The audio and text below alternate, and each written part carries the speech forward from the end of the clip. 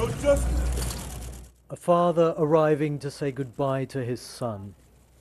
The family of Michael Brown were joined by hundreds from the local area, touched by the story of an unarmed black teenager shot dead by police. After so much unrest, the service itself was a joyful one, and there were calls for unity and remembrance. He just wanted so much. He wanted to go to college. He wanted to have a family. He wanted to be a good father, but God chose differently, and I'm at peace about that because he's not a lost soul. His death is not in vain.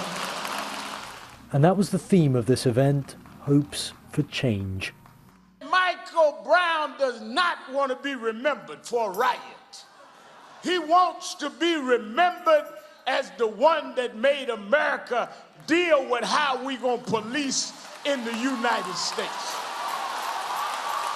It's more than 2 weeks since Michael Brown was killed.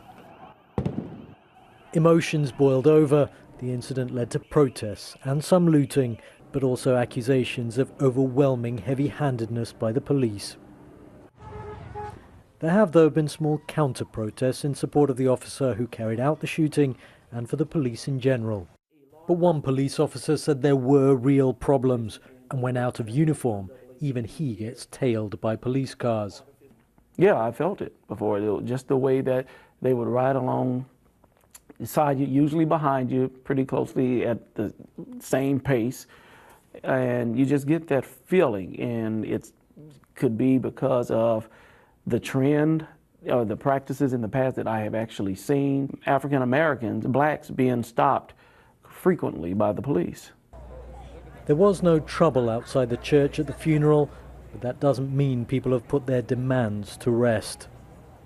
I'm here to support Mike Brown. I want justice just like everybody else that's out here. I have a 15-year-old son, and it could have been him. My son is Mike Brown. Well, I feel that basically this here is a sad situation, but it can become a positive situation if people start looking at each other not by color. Well, a lot of the people who've come to the church today say in some senses they are glad this issue has had national attention, but they are still not sure that they will get justice as they see it for Michael Brown and real changes in the way they feel they're discriminated against by police in this country. Aleem Maqbool, BBC News in St. Louis, Missouri.